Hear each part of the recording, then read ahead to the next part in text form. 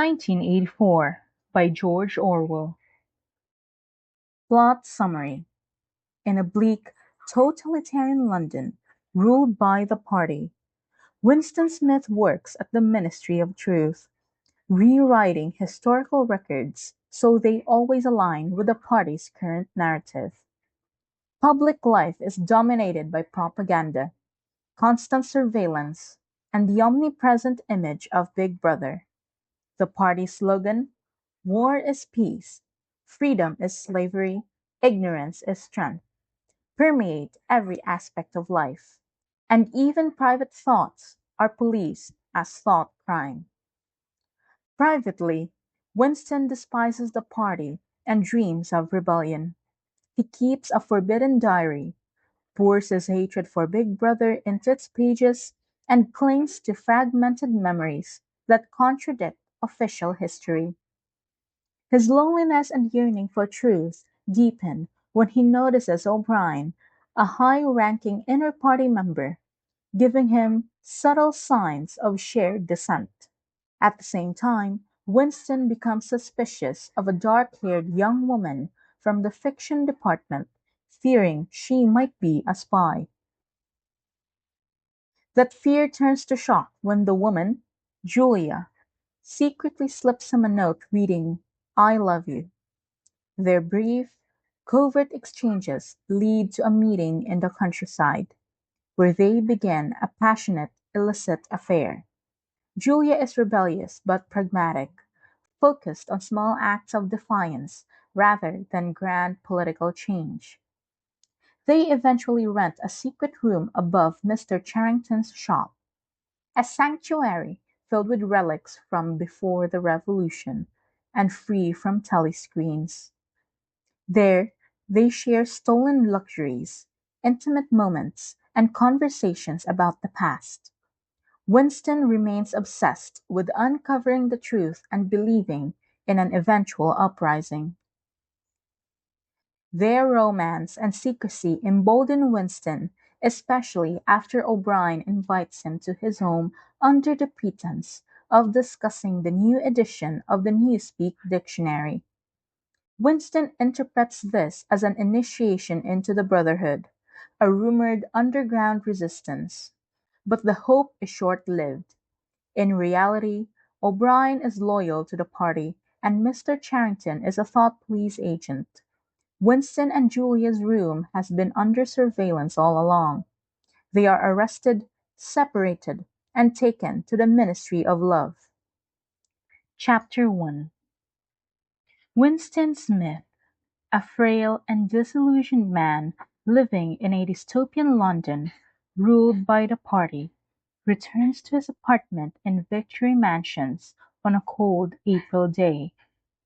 The city is bleak, the buildings decaying, and the omnipresent image of Big Brother looms over every corner.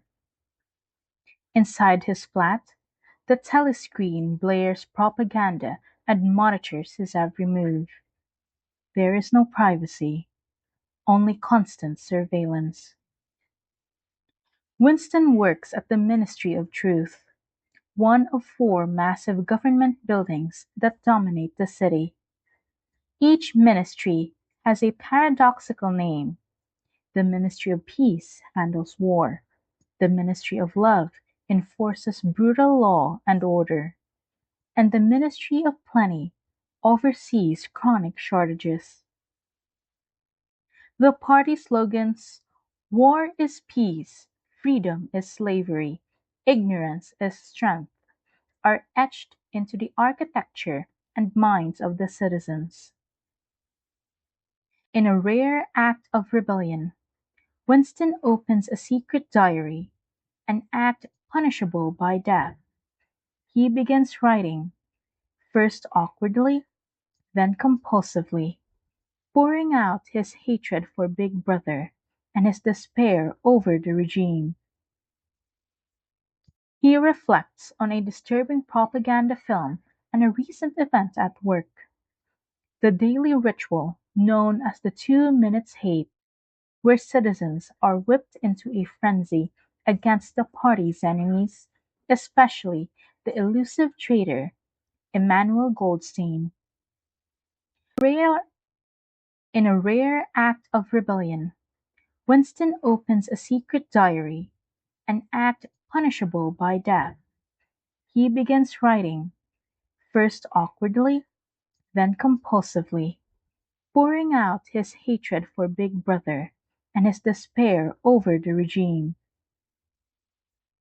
He reflects on a disturbing propaganda film and a recent event at work, the daily ritual known as the 2 minutes hate, where citizens are whipped into a frenzy against the party's enemies, especially the elusive traitor, Emmanuel Goldstein. During the hate, Winston experiences a mix of emotions: rage, fear, lust, and even fleeting sympathy for Goldstein.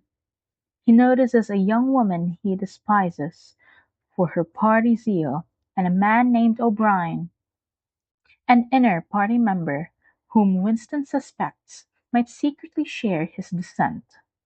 A brief exchange of glances with O'Brien gives Winston a glimmer of hope that he is not alone in this rebellion. As Winston continues writing, "Down with Big Brother," repeatedly, he is overcome by panic and dread. He knows the thought police will eventually catch him. Thought crime is inevitable.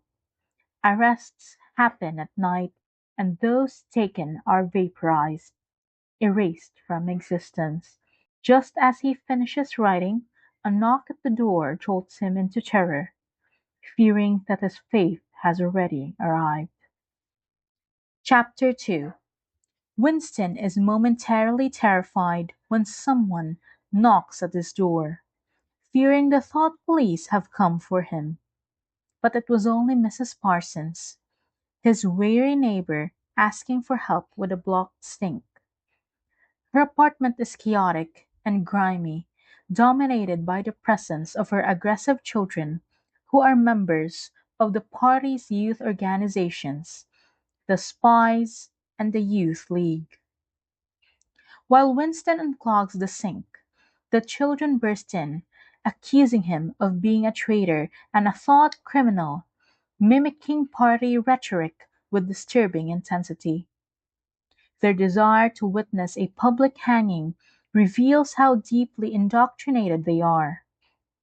Winston reflects on how children are trained to spy on their parents, turning family into a source of fear and surveillance. Back in his own flat, Winston contemplates the terrifying power of the party and the futility of resistance. He recalls a dream from years ago in which O'Brien, a mysterious inner party member, told him, "We shall meet in the place where there is no darkness."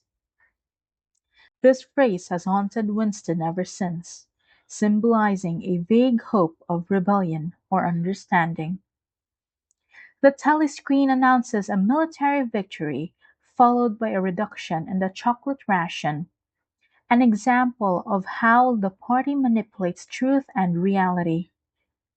Winston feels isolated and hopeless, questioning whether anyone else shares his dissent.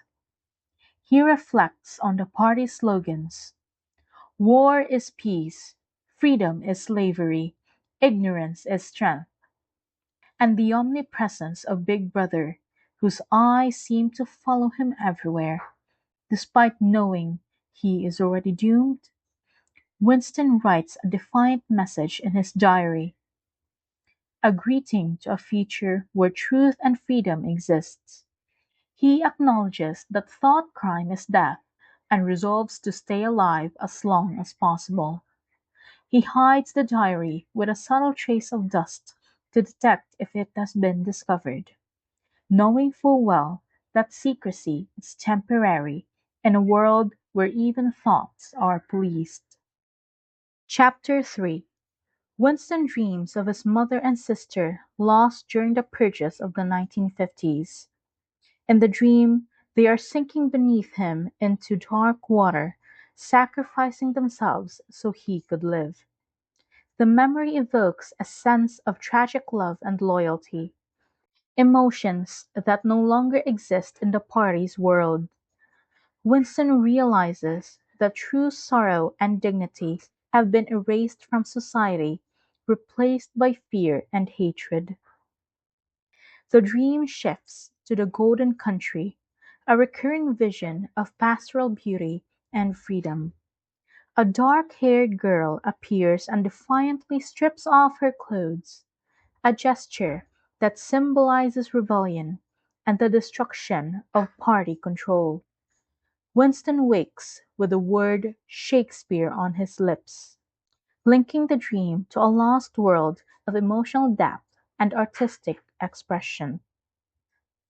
The telescreen blares the morning wake-up call, and Winston begins the mandatory physical jerks, a daily exercise routine. As he struggles through the movements, he reflects on the difficulty of remembering the past. His memories are fragmented and unreliable, distorted by the party's manipulation of history. Winston recalls a childhood air raid and the grief of an old man in a tube station. But even these memories are uncertain. The party constantly rewrites history, and Winston knows that truth exists only in his own mind, a mind that is vulnerable to erasure. He reflects on the concept of doublethink, the ability to hold contradictory beliefs simultaneously and accept both as true. This mental discipline is essential for survival under the regime. Winston being scolded by the telescreen for not performing well enough in the exercises. He forces himself to touch his toes, a small victory in a life dominated by surveillance and control.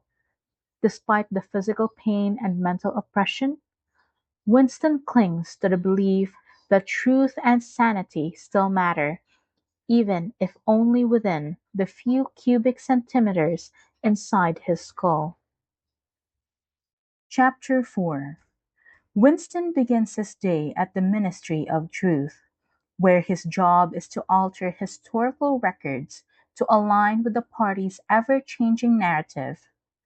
In a small cubicle, surrounded by pneumatic tubes and memory holes, he receives four brief instructions to rectify past articles from the Times.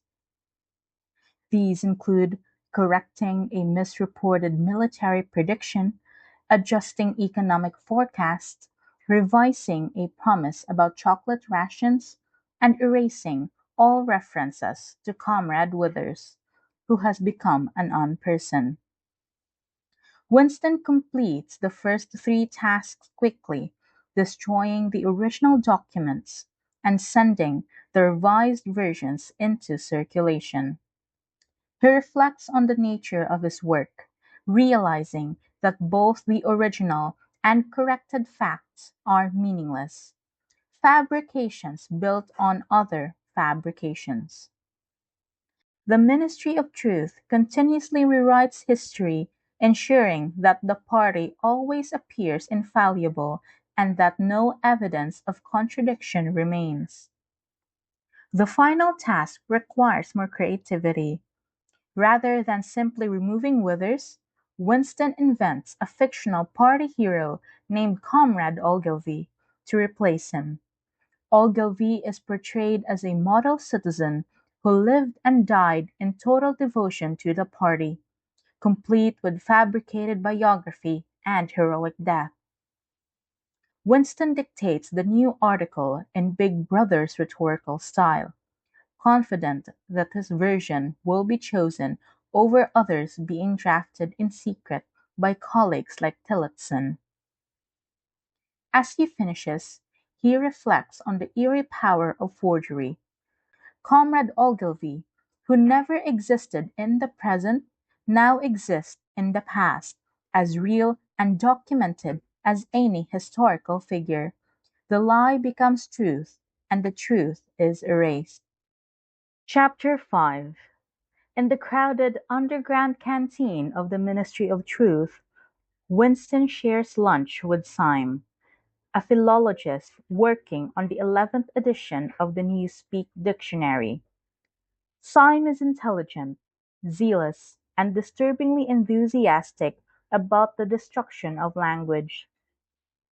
He explains that Newspeak's goal is to eliminate words and narrow thought, making thought crime literally impossible. Winston listens uneasily, recognizing that Syme's clarity and intellect make him a likely candidate for vaporization. Syme believes that by 2050, no one will be capable of understanding conversations like theirs, and that orthodoxy will mean unconsciousness. Their conversation is interrupted by Parsons, Winston's sweaty, childishly enthusiastic neighbor who collects a contribution for Hate Week. Parsons proudly recounts how his daughter turned in a suspicious man based on his shoes, showing the frightening extent of indoctrination among children. As the telescreen blares triumphant statistics from the Ministry of Plenty, Winston reflects bitterly on the squalor of everyday life and the party's manipulation of memory. He wonders whether anyone else remembers that the chocolate ration was actually reduced, not increased, and suspects that only he retains such memories. Winston's unease deepens when he notices the dark-haired girl from the fiction department watching him intently. Her repeated proximity and sidelong glances fill him with dread. She might be spying on him. He recalls the concept of face crime, the danger of betraying unorthodox thoughts through unconscious expressions. As the lunch hour ends, Parsons boasts about his children's zeal for spying, including setting fire to a woman's skirt for using a Big Brother poster as wrapping paper. The telescreen signals the return to work, and Winston's last bit of tobacco falls from his cigarette, a small but symbolic loss in a life of constant deprivation. Chapter 6. Winston writes in his secret diary, recounting a sordid encounter with a prostitute 3 years earlier. The woman had heavy makeup and no teeth, yet Winston went through with it, driven by desperation and the need to rebel. The act was joyless and degrading, but it represented a small defiance against the party's control over sexuality. He reflects the party's efforts to suppress eroticism, not just outside marriage, but within it, turning sex into a duty devoid of pleasure. His own marriage to Catherine had been cold, mechanical arrangement marked by their rigid adherence to party doctrine and her repulsion towards intimacy.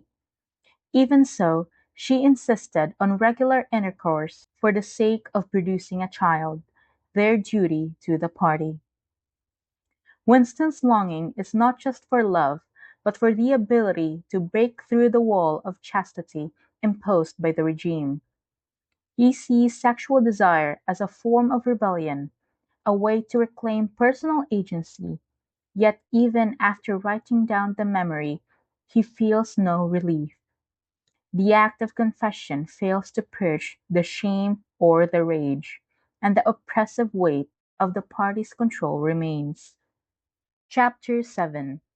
Winston writes in his diary, clinging to the belief that if there is hope, it lies in the proles.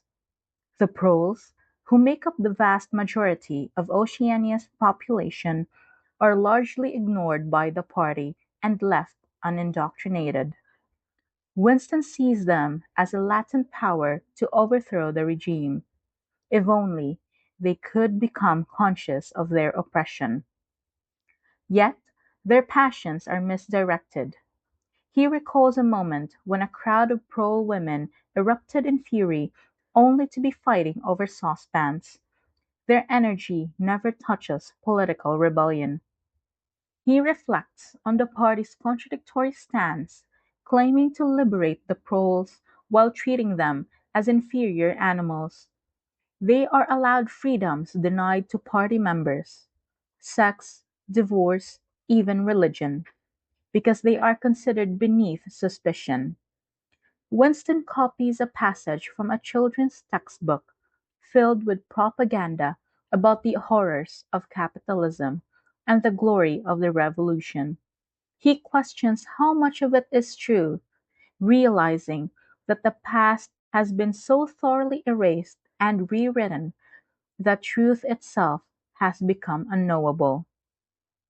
Winston recalls the only time he held concrete proof of party falsification: a photograph showing three former party leaders, Jones, Aronson, and Rutherford, at a party event in New York on a date they were accused of being in Eurasia committing treason. He had held the photo for 30 seconds before dropping it into the memory hole. That moment haunts him, a fossil from a buried truth. He wonders whether the party's grip on reality is weakened by the fact that truth once existed, even if only briefly. As he wrestles with the party's manipulation of reality, Winston questions his own sanity. If truth is defined by consensus, then being a minority of one might mean being mad.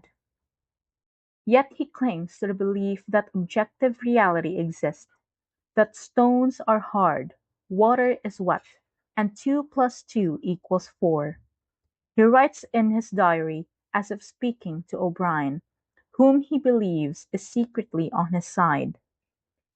In a final act of defiance, Winston writes, "Freedom is the freedom to say that 2 plus 2 makes 4. If that is granted, all else follows." Chapter 8.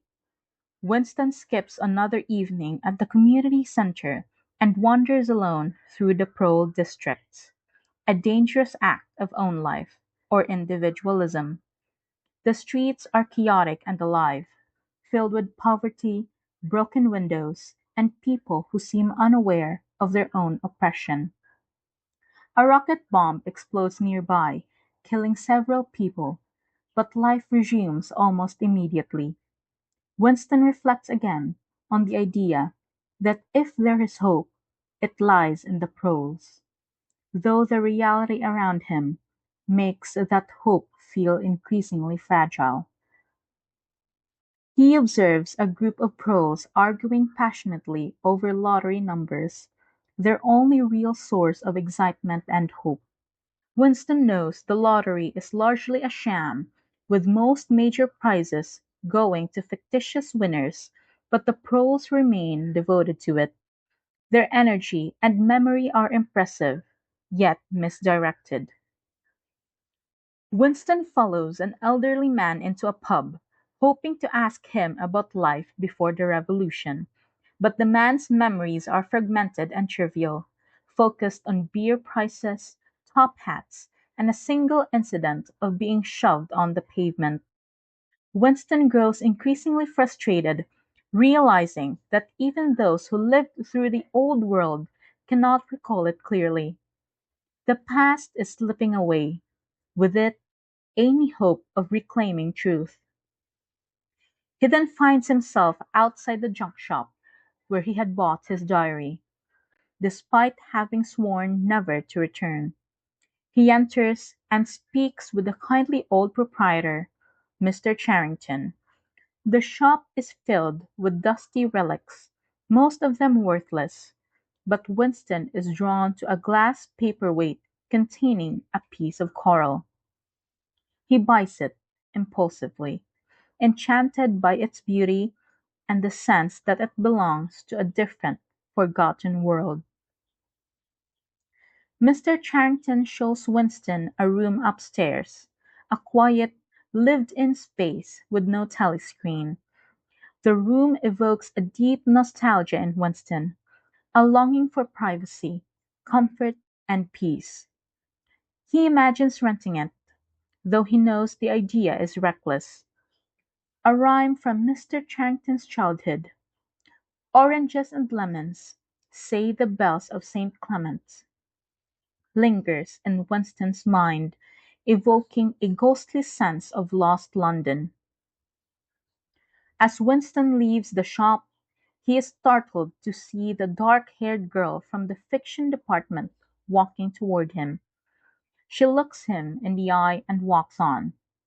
The encounter confirms his fear. She is spying on him. Paralyzed by dread, Winston considers violent retaliation, but is too weak to act. He returns home, drinking Victory gin, and tries to write in his diary, but the telescreen's blaring voice and his own physical pain overwhelm him. He reflects on the inevitability of arrest, torture, and death.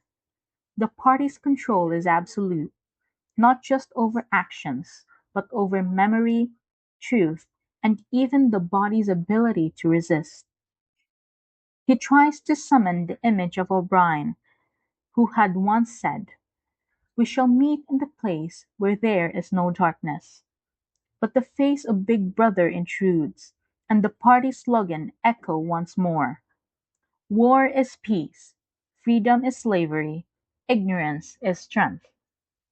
Chapter 9. Winston receives a shocking note from Julia that simply reads, "I love you." This unexpected message ignites a surge of hope and desire, transforming her from a suspected enemy to a symbol of human connection and rebellion. Over the following days, Winston struggles to find a way to speak with her, navigating the oppressive surveillance of the party and the unpredictability of their schedules. After several failed attempts, a chance encounter in the canteen allows them to exchange brief, coded words. They arrange to meet in Victory Square, where a passing convoy of Eurasian prisoners provides cover for their next whispered conversation. Julia gives Winston precise instructions for a secret rendezvous in the countryside, demonstrating her confidence and expertise in evading the party's watchful eye. Their final moment in the crowd, a fleeting handclasp, is charged with intimacy and defiance. Winston memorizes the feel of her hand, realizing he doesn't even know the color of her eyes. Chapter 10. Winston and Julia meet in the countryside, far from the reach of telescreens, in a secluded clearing surrounded by saplings and bluebells. The natural setting, warm, quiet, and alive, offers a rare moment of peace and privacy. Julia, confident and experienced, leads Winston to the hideout she discovered during a party hike. Her ease in navigating secrecy reassures him, though he remains self-conscious and uncertain. Their first physical embrace is hesitant, more symbolic than sensual. Winston feels pride and disbelief rather than desire, overwhelmed by Julia's youth and vitality. But as the afternoon unfolds, their intimacy deepens. Julia reveals her name and her past, a life of outward conformity masking inner rebellion. She has slept with many party members, and Winston finds comfort in her corruption, seeing it as a form of resistance. He confesses his hatred for purity and virtue, longing for a world where desire and defiance are inseparable. Their love-making becomes a political act, not just an expression of love, but a blow against the party's control over the body and soul. Afterward, they fall asleep in the sun-drenched clearing, wrapped in a fragile sense of safety. Winston wakes first, watching Julia sleep, and reflects on how even love and lust are no longer pure. Every emotion is tainted by fear and hatred. Their union, though tender, is also a rebellion, a moment of stolen freedom in a world that forbids it. Chapter 11. Winston and Julia part in the countryside, with Julia briskly taking charge of their return. Her skill at navigating rural paths, learned from party hikes, lets her choose a new route and set their next meeting in a crowded market. She plans subtle signals to avoid detection and leaves first for her junior anti-sex league duties, using official activities as cover. Winston still doesn't know her surname or address, a deliberate safety measure. They return to their original hideout. In May, they manage only one more act of intimacy, in the belfry of a bombed church. Most meetings are brief. In shifting public places, their conversations carried on by installments, interrupted by passers-by or telescreens. A bomb once showers them in plaster dust. Other times, they must walk past without acknowledgement. Their mismatched schedule adds to the strains. Winston works 6-hour weeks, while Julia juggles party events as camouflage. She even convinces Winston to join her in dull voluntary munitions work, believing that obeying small rules makes breaking big ones safer. Julia reveals her background: 26, living in a women's hostel, working in the fiction department's novel writing machines. She once worked in Pornosec, the pornography division for pros, and has been a model party youth leader. Yet she is privately rebellious, with a history of affairs since age 16. She despises the party, but rejects organized revolt, doubting the brotherhood and focusing on personal pleasure. She explains how the party's sexual repression redirects frustration into political fervor, while Winston adds that family bonds are similarly wrapped by turning children into spies. Winston recalls his frigid wife, Catherine, who saw sex as our duty to the party. Once, near a quarry, he almost pushed her to her death but held back, something Julia insists she would have done. Winston admits it wouldn't have changed much, but prefers action over passivity. Their views differ. Winston sees themselves as already doomed, while Julia insists we're not dead yet. She brings him back to the present, sketching in dust a new route to their hideout, ever focused on survival and the pleasures they can still seize. Chapter 12.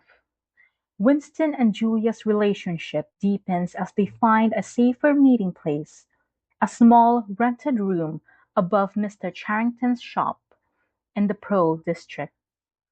The room is furnished with old pre-party objects: a bed, a table, a worn armchair, and most strikingly, no telescreen. There is even a small glass paperweight containing a fragment of coral, which Winston buys earlier as a private symbol of the world before the party. In this room they can speak freely, relax, and even move about without the constant fear of being overheard. Julia is practical, bringing real food, bread, jam, sugar, and real coffee, stolen from the inner party supplies, as well as makeup and perfume to mask her usual party-regulated appearance. Winston watches her transformation with a mix of desire and nostalgia, sensing in her painted face a connection to the past's lost freedoms. Here, their conversations move beyond secrecy and logistics. Winston speaks more openly about his hatred of the party, his doubts about the official history, and his desire to believe in a world beyond the party's reach. Julia listens, but remains unconvinced about grand revolutions. She focuses on small acts of defiance in the present. She has little interest in political theory or distant hopes, but she is fiercely committed to living fully in the moments they have together. The room becomes their sanctuary, a fragile island outside the party's control. Yet, even in the seeming safety, an undercurrent of doom persists. Winston knows their rebellion, however private, cannot remain hidden forever. Still, in Mr. Charrington's room, they allow themselves to imagine a different life, one where the party does not exist. The paperweight, with its tiny preserved world, becomes Winston's symbol of that dream, a small, delicate, self-contained beauty, untouched by the machinery of oppression. Chapter 13. Winston's health begins to deteriorate. A persistent cough keeps him up at night. His body is weakened, and a deep sense of fatalism sets in. Despite his worsening condition, he and Julia continue to meet in the rented room above Mr. Charrington's shop, their visits becoming a mixture of intimacy, quiet conversation, and small comforts. Julia brings stolen luxuries, tea, sugar, bread, but her practicality is offset by Winston's growing obsession with the past and his longing to know the truth about history. Their relationship has moved beyond mere physical desire. Winston finds himself cherishing the ordinary moments, lying in bed, listening to the sounds of the street outside, and feels that the room has become a kind of private world. Yet the knowledge that their safety is temporary lingers. Julia refuses to dwell in the future, keeping her focus on the present, while Winston increasingly dreams of a world without the party, even if he knows it may never come. Outside their meetings, Winston's work at the Ministry of Truth continues as usual. He forges records, writes history, and helps erase people from existence, all while knowing he could easily be the next to vanish. The tension between his public life and his secret world with Julia grows sharper, and the paperweight he bought earlier takes on new meaning, a fragile symbol of beauty and permanence in a world built on lies. But even as they cling to their stolen moments, Winston senses the slow tightening of the net around him. Chapter 14. Winston finally receives the long anticipated sign that draws him closer to the secret world he has dreamed about. Walking down a ministry corridor, the same place where Julia had once slipped him a note, he senses someone behind him and turns to find O'Brien. The encounter feels charged with significance. Winston's initial impulse is to flee, but O'Brien's calm, almost courteous demeanor disarms him. Speaking with deliberate friendliness, O'Brien compliments Winston's work on Newspeak in the Times, then makes an oblique and dangerous reference to Syme, an unperson whose very mention is forbidden. This coded acknowledgment is unmistakable to Winston. It is a signal that O'Brien shares his dissent. O'Brien steers the conversation towards the new, unpublished 10th edition of the Newspeak Dictionary and suggests that Winston might like to see it. Casually, and in full view of a telescreen, he writes down his home address in a small notebook and hands it over. The gesture is both ordinary and loaded with meaning, an open invitation to contact him, a rare breach in the rigid secrecy of party life. Winston memorizes the address and later destroys the paper, knowing that directories don't exist and such information can only be obtained through personal exchange. The entire interaction lasts only minutes, yet for Winston, it is a decisive proof that the conspiracy against the party is real and that he now stands at its threshold. He is certain he will visit O'Brien, whether soon or after a delay, because the path he is on feels inevitable. A chain of steps that began with his first rebellious thought, continued with the diary, and now moves toward open action. In his mind, the final destination will be the ministry of love. The awareness brings both excitement and dread. Even as O'Brien spoke, Winston had felt a chill, a sensation like stepping into a grave he has always known was waiting for him. Chapter 15. Winston wakes from a dream with tears in his eyes.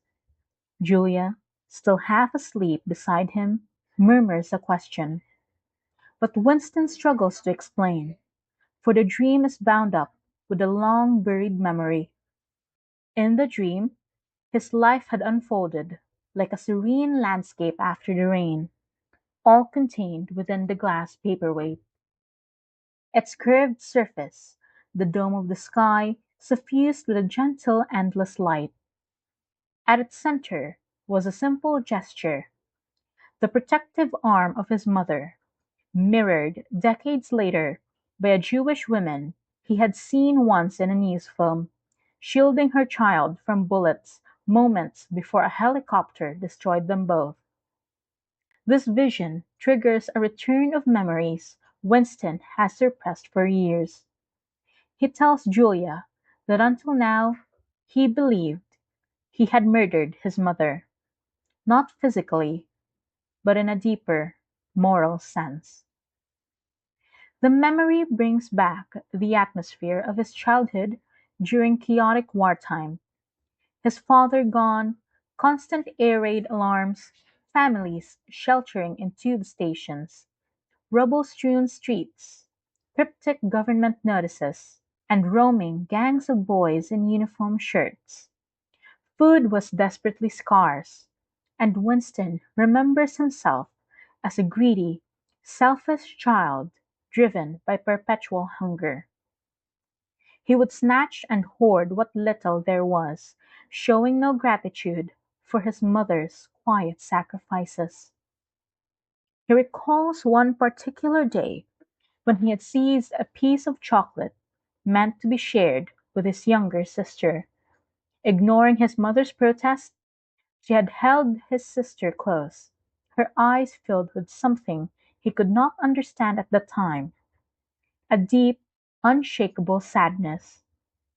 Winston had stormed out, leaving them behind, and when he returned, they were gone.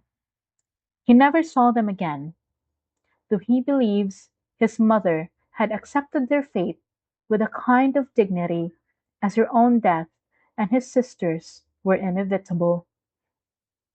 For Winston, the memory is both painful and revelatory. He realizes that his mother belonged to a time when loyalty and love existed for their own sake, untethered from personal gain or survival, values that the party has systematically erased. Her quiet endurance and instinct to protect her children, even in hopeless circumstances, stand in stark contrast to the party's cold manipulation of all human bonds. The dream and the memory it revived leave Winston a profound sense of loss, as he has momentarily touched a vanished world of human decency that can never return. Chapter 16. Winston and Julia decide to act on the opportunity O'Brien's invitation has opened. One evening, under the cover of darkness, they travel separately to the imposing apartment complex where the inner party members live, a place Winston has never entered before. Its hallways are luxurious by party standards. Thick carpets, well-polished floors, and an almost eerie silence, far removed from the grime and noise of outer party life. O'Brien's servant, a man in the crisp black uniform of the inner party's personal staff, admits them without surprise and leads them into a well-appointed drawing-room. O'Brien greets them with warmth and formality, quickly dismissing any pretenses. With a casual gesture, he moves towards the telescreen and, to Winston's astonishment, switches it off. Winston has never seen such a thing. The simple act feels like the removal of an invisible chain. O'Brien speaks as if they have long shared an unspoken understanding. In measured, deliberate language, he confirms what Winston has dared to hope, that a resistance movement against the party exists, and that he himself is part of it. He names it openly, the Brotherhood, and speaks of its mysterious leader, Emmanuel Goldstein. Winston and Julia pledge themselves to the cause without hesitation. O'Brien warns them of the dangers, that they will be called upon to commit acts of sabotage, to spread lies, to forge documents, to endanger lives, even to kill. They may be required to harm innocent people, to betray their country, to endure imprisonment, torture, and death. They agree to it all, understanding that they may never see tangible results or even meet other members of the Brotherhood. For the sake of the cause, they must be willing to sacrifice everything except their love for one another, a limit Julia openly admits she will not cross, and O'Brien accepts without judgment. Before they leave, O'Brien arranges for Winston to receive a copy of Goldstein's forbidden book, The Theory and Practice of Oligarchical Collectivism, promising it will explain the true nature of the party and the revolution. The meeting ends with a small, almost ritualistic act. O'Brien raises his glass in a toast to the past, a phrase that carries a weight of defiance. As Winston and Julia depart, the telescreen is switched back on, restoring the constant surveillance, but the moment lingers in Winston's mind. The intoxicating sense that, for a brief time, the world's most powerful prison had been unlocked from the inside. Chapter 17. Winston is physically and mentally exhausted after days of relentless work rewriting history to suit the party's changing narrative.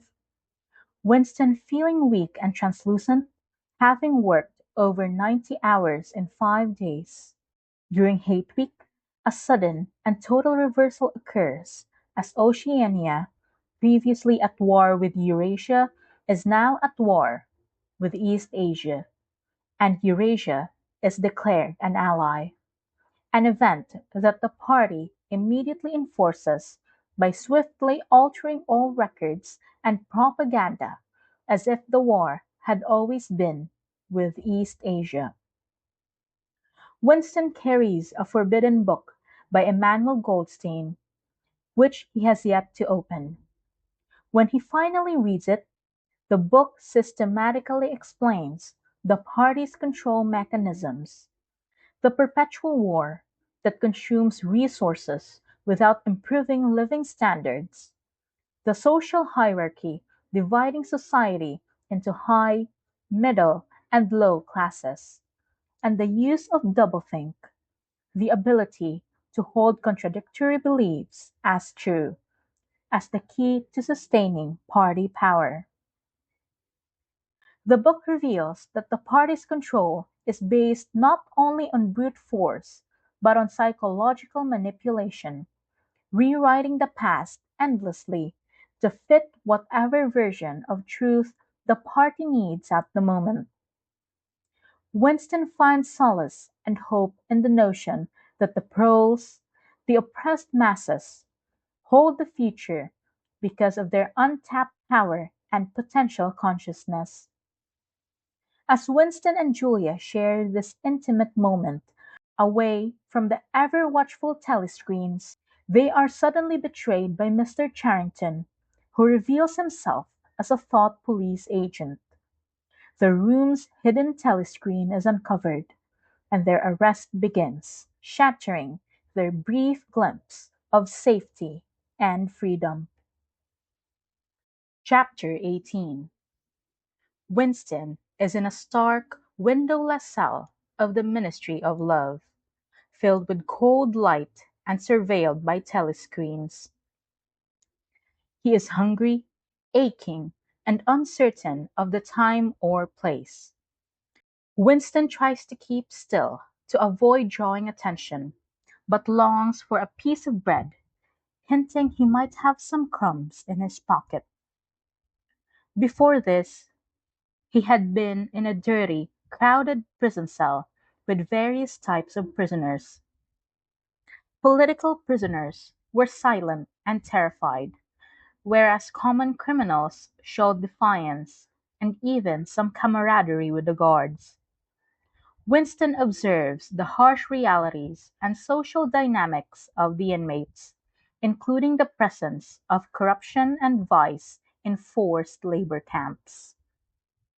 Several prisoners come and go, including Ampleforth, the poet, who is arrested for leaving the word God in a line of poetry, illustrating the regime's control over language and thought.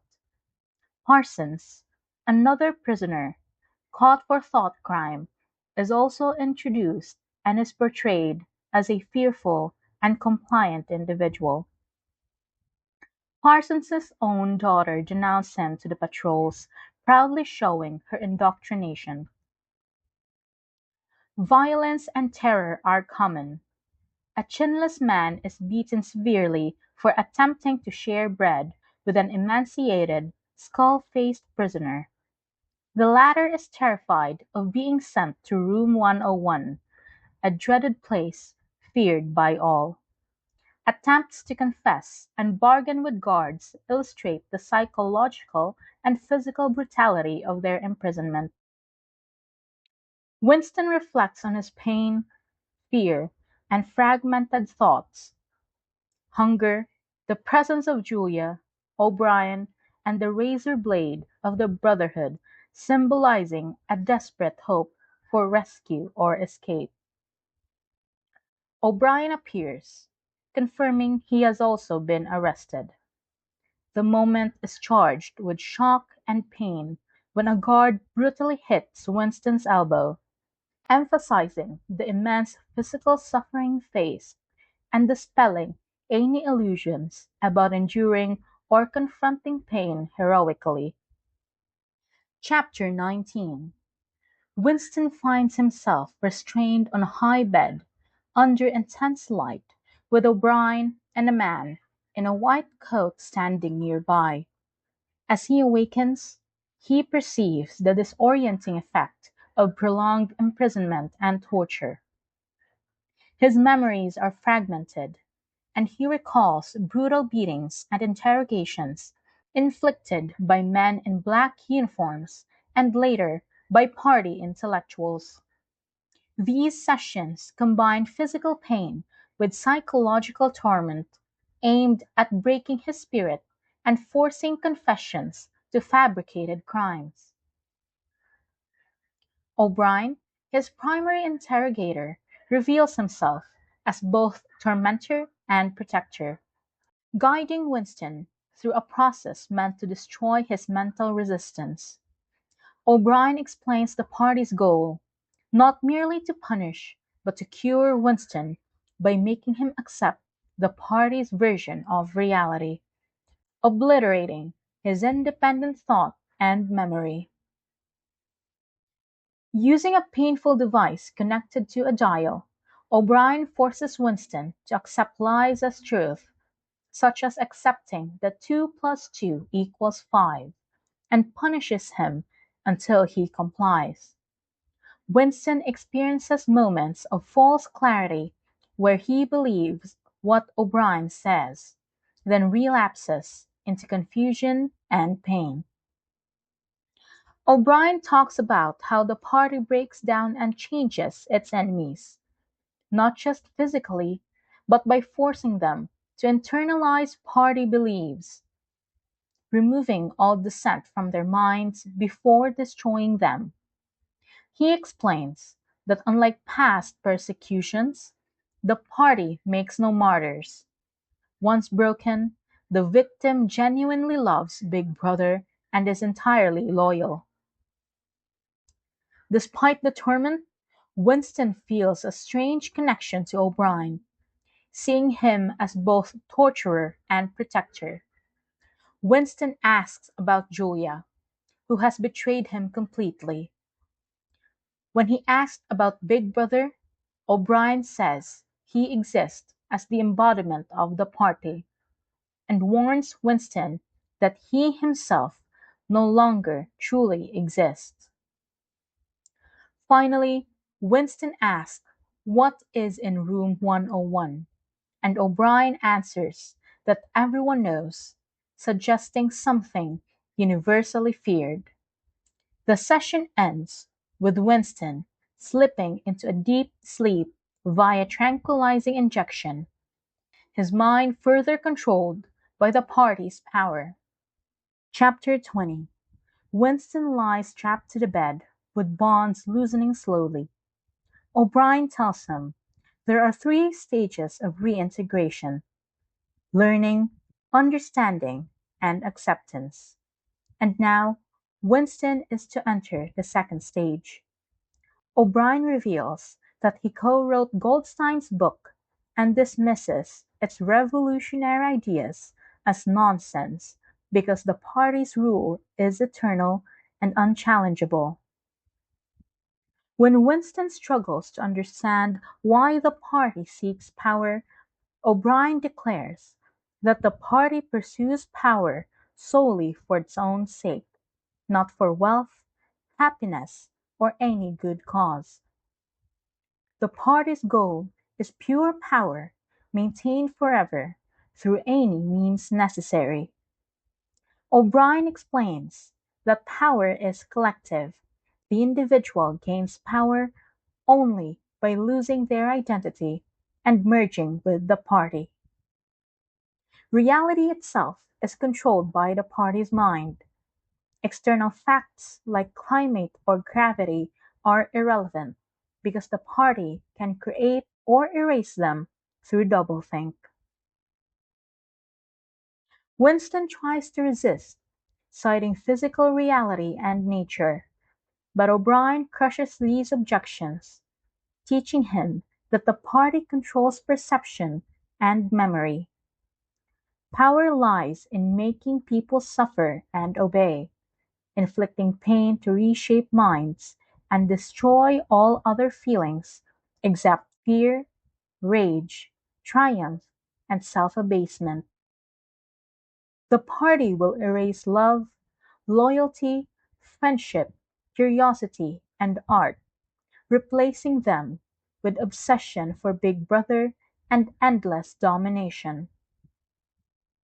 O'Brien paints a grim, eternal future: unceasing terror, betrayals, and purges, with the heretic always crushed and remade to love the party.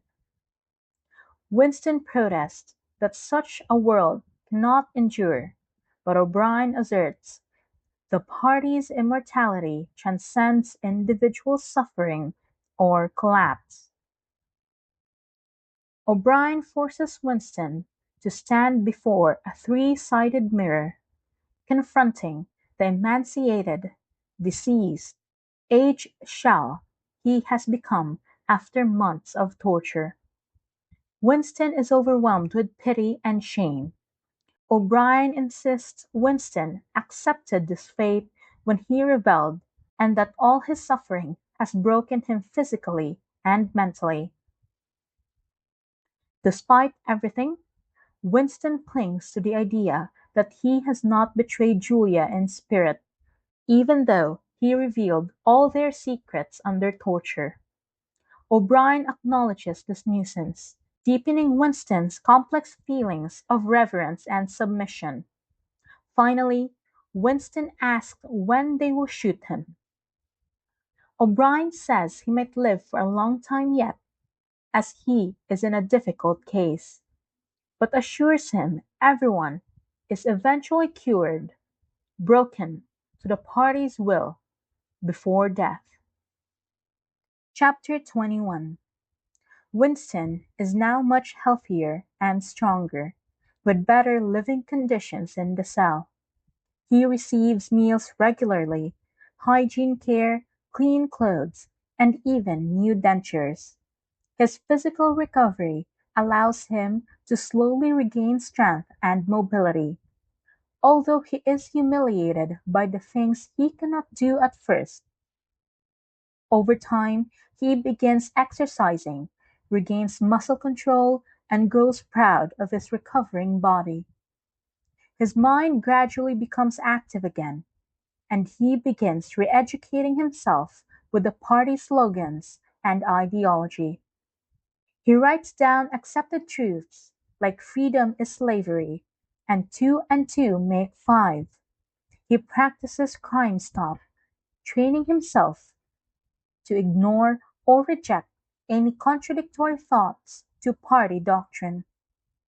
Despite full intellectual acceptance, deep inside, Winston still harbors suppressed hatred for the party and love for Julia. He knows any outburst, like an impulsive cry for Julia, will be punished. He understands he must hide such feelings, even from himself, concealing them as a secret part of his mind. He contemplates the inevitability of his execution, imagining the moment he will be shot from behind, and how his final burst of hatred will be his last act of true freedom. O'Brien visits Winston and acknowledges his intellectual improvement, but notes emotional resistance remains. He tells Winston the final required step is not just obedience, but love for Big Brother. O'Brien then orders Winston to Room 101, signaling the next phase of his re-education. Chapter 22. Winston is strapped upright in a chair deep underground in Room 101, a place feared by all prisoners. O'Brien explains that Room 101 contains the worst thing in the world, unique to each person. For Winston, it is rats, caged and ready to be unleashed on him. As the cage with the rats is brought closer, Winston feels a terrifying panic, understanding the horrifying fate awaiting him. O'Brien explains that the rats will attack and burrow into his face if released, a punishment Winston instinctively cannot withstand. Despite his desperate fight against the panic, Winston realizes that his only hope to survive is to protect himself by turning the torture onto someone else, by directing it at Julia, the woman he loves. In a frenzied plea, he screams for the rats to be unleashed on Julia instead of him. At that moment, he feels himself mentally escape the oppressive scene, imagining falling away into distant space, while O'Brien remains beside him. The cage door clicks shut, meaning the rats have not been released on him, but Winston's betrayal of Julia marks his final surrender to the party's power. Chapter 23. Winston sits alone in the nearly empty Chestnut Tree Cafe, drinking victory gin and listening to the telescreens. The cafe is dimly lit, and the atmosphere is quiet and melancholic. Winston's physical appearance has changed. He has gained weight, but looks coarse and worn. Despite his degraded state, he has a job, albeit a meaningless sinecure, and money to spend at the cafe, where his routine is well known and unbothered. He reflects on the news of war, particularly the African front, fearing a Eurasian army's advance, which threatens Oceania's territory. Though he tries to focus on the chess problem before him, his mind wanders between hope and despair, wrestling with memories and emotions. Winston encounters Julia by chance in a park. She has changed. Her body stiffened and thicker, and their interaction is cold and devoid of affection. Both confess they betrayed each other during torture, acknowledging that self-preservation had destroyed their feelings for each other. The famous song "Under the Chestnut Tree I Sold You and You Sold Me" plays faintly, symbolizing betrayal and lost humanity.